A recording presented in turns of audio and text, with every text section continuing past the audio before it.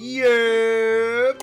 What is up, legends? Welcome back to another YouTube video. Hope you guys had amazing holidays. Hope you guys are starting the new year off on the right foot. Because today, I may be pissing y'all off. Today we're going to be going over my hottest takes I've ever had over anything. Mainly we're going to be covering a lot of anime, a little bit of pop culture, maybe even a little bit of gaming. But without further ado, if you guys like this kind of content, make sure you smash that like button, smash that subscribe button, turn the noties on, join the Discord, join the Twitch, follow all my socials. Yeah, without further ado, let's get into it. Now, I already got my hands up for this one because I'm gonna get shots. All right. Hunter x Hunter was ruined by the Chimera Ant arc. I said it. That shit was so good, soaring, and then it just horrible pacing. They say One Piece is bad. We'll talk about that later. Horrible pacing, horrible conclusion. 20 feet hair. Why? For those of you that haven't watched it and haven't gotten that far, you should watch it. Hunter x Hunter is an amazing show. The Hunter's test arc is amazing. Greed Island, amazing. The 12 Crollo and his 12 goons, his 11 goons, fantastic. Hisoka. But then you get to Chimera Ant arc. And the main protagonist is this ant, Meruem. Antagonist. And the main protagonist is Gon and Killua and other hunters that are supposed to... Also, why are they pairing up some god-level dudes with some 12-year-olds? Not my business. Regardless, you get 75 episodes of just straight goy slop, where the first 10 minutes are the last 10 minutes of the last episode, and the last 10 minutes are the next 10 minutes of the next episode. And it's just horrible. It's just horrible pacing. I was going through cancer while watching this arc, and honestly, chemo was better than that bullshit. Every time I would turn it on and I'd see that stupid penguin dude just reporting how, oh, we got ants in this sector and we got this developing over here and they're doing this. Like, dude, just, what do we? Like, no, there's no battles going on. Just everyone's just at a standstill, just waiting 70 episodes for both people to grow. Like, these ants grow exponentially. It would make sense to find them and attack them immediately, but yet, no. We get a fight with the old man and the ant, which honestly goes pretty well, until you realize the main villain in this whole thing played chess with a blind woman and fell in love, and through that chess game became more and more human. And now he doesn't want to be a villain anymore. Then what the f*** are we doing? Why is there even the arc if he's just going to become a good guy? Or, not really good. He's just kind of neutral at the end. And then our main protagonist. We're like, okay, maybe we can save this arc with a good fight from him. And then he gets so pissed at this freaking cat. He goes, if I ever want to use my nen again, I want to use it all right now. And I won't ever use it again. Just sends a Hail Mary up. Grows 20 feet of hair. And one punches this girl. Are we dead ass? We're going to one punch something. Have you seen season 3 of One Punch? It is not going well. That ending irked me so much. I couldn't even finish the show. And I've been told I need to finish it if I'm going to have these takes. But that. Make a show I want to finish. That irks me. That irks me so much. So for that, yeah, Hunter x Hunter, 10 out of 10. If you factor in Chimera Ant arc, probably a 6.5, 7. Second off, let me start by saying this. I love women. What? Okay, I'm not. Let me just...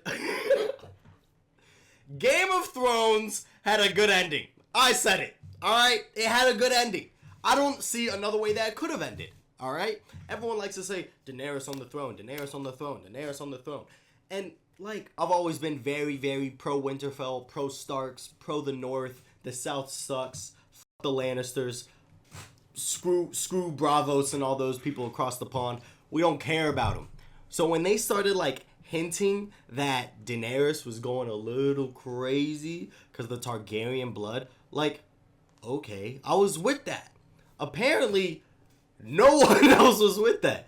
But, like, if you look at the whole series, spoiler alerts, Targaryens are not good. Her own brother, her, and gets killed by the Khal Drogo because the Khal Drogo finds out. And he's like, yo, why did you sleep with my wife? That's your sister.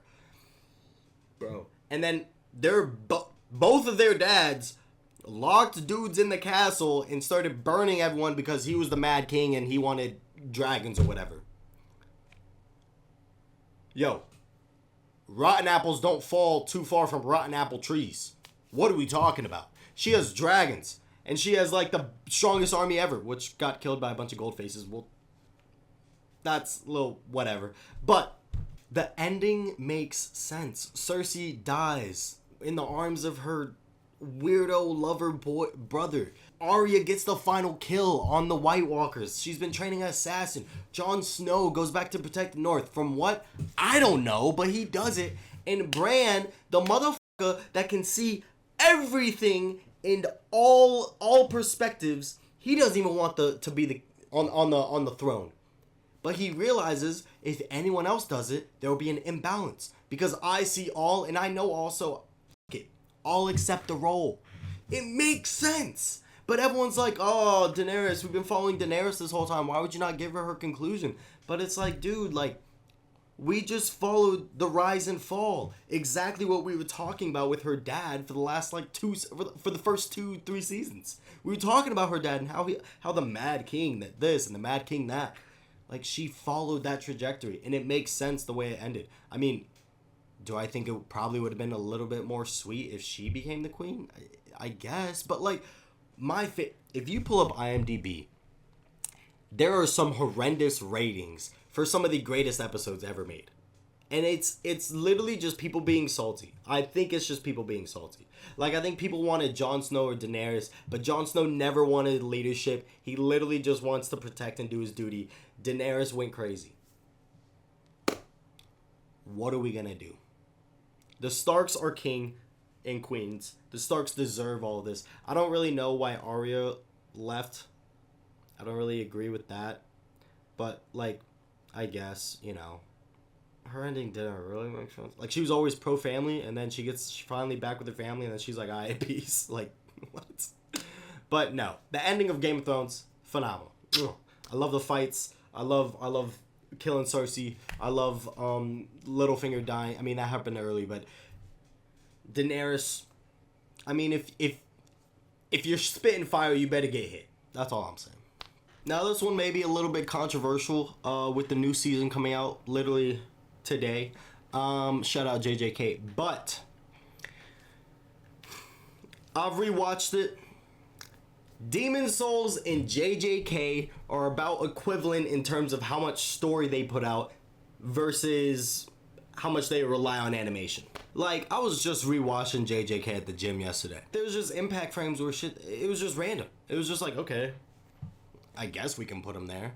And then you go to Demon Souls, and it's like Demon Souls. You go to Demon Slayer, and it's the same thing. It's breathing and wishy-washy and bugs and love breathing and rock breathing, and it's not, the story isn't that deep. Besides that one scene where, spoilers, his sister comes out of the box and she's like a daywalker now. That was like cool story development. But other than that, like, it's beat boss 1 through 12. But what I'm saying is they're equivalent. They're equivalent in how much story. I'm not saying they're bad shows by any means. They're both great watches. Demon Slayer is definitely more of like, if you just want to watch pretty things, watch this. It's not that deep. JJK has a little bit of storylines and a little bit of history. But the way that, like, if you rewatch the show, it just jumps to plot lines. There's no connection. It doesn't care about a narrative. It's just jumping to the next plot line. And then how they'll fix that is 5 minutes into this plotline, they'll flash back and like, oh, Gojo, I'm going away, so I'm going to send you Itadori with this guy. And it's like, okay. I mean, like, it works. It doesn't leave plot holes per se, but it's just kind of lazy writing. And then their fights are like extremely choreographed, like prime Naruto Shippuden fights. And it's like, all right, so y'all have the ability. Y'all have the ability, but y'all don't really care. Like, the fights are definitely better than Demon Slayer. But the Demon Slayer graphics are just crazy, out of this world. So, but I think they're pretty equal. Oh my god. This next one may get me a little bit of hate because it's a little insensitive. But wicked.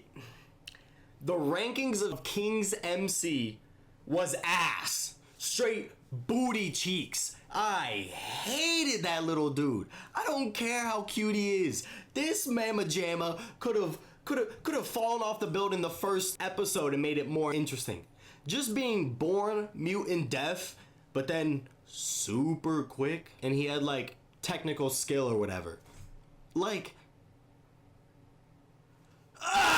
I've never really had an issue with the disabled. Shout out. Until I watched this show. I never knew how much I valued an able-bodied main character until I watched this show. I always thought representation is cool, you know? They chopped off Finn's arm in Adventure Time. That was awesome. It showed a lot of awareness. You know, you got dudes. I'm not gonna rip my shirt. You got dudes walking around with nubs that, you know, feel represented now. That was awesome. And I thought, you know, let's bring some more of that. Little did I know, that meant some of the stupidest narrative storytelling I've ever seen in a show in my goddamn life. So for those of you that don't know, spoilers again, this dude, I forget his name, he's such a... Just so we're clear, I didn't finish this show, but I got to the last fight, which was episode like 22 of 24, and I was like, I can't do this anymore.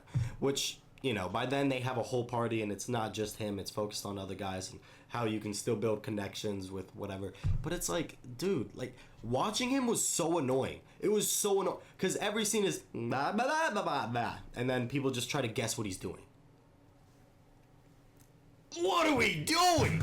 Just tell a story. Just tell a story. You can make a loner that doesn't have friends without making him mute and hard to understand. Like, oh my god. And then, spoilers, it turns out his dad wanted all the power in the world, so he cursed his so the guy that gave him the power, this demon or whatever, cursed his firstborn and made him like that, and that's why he's so small and mute and deaf. But like, dude, really? Like, the whole story is him finding a trainer and overcoming his stepbrother and vying for the throne that his stepmom is pushing him out of. It's like Cinderella, but for a... Can't say that word on YouTube.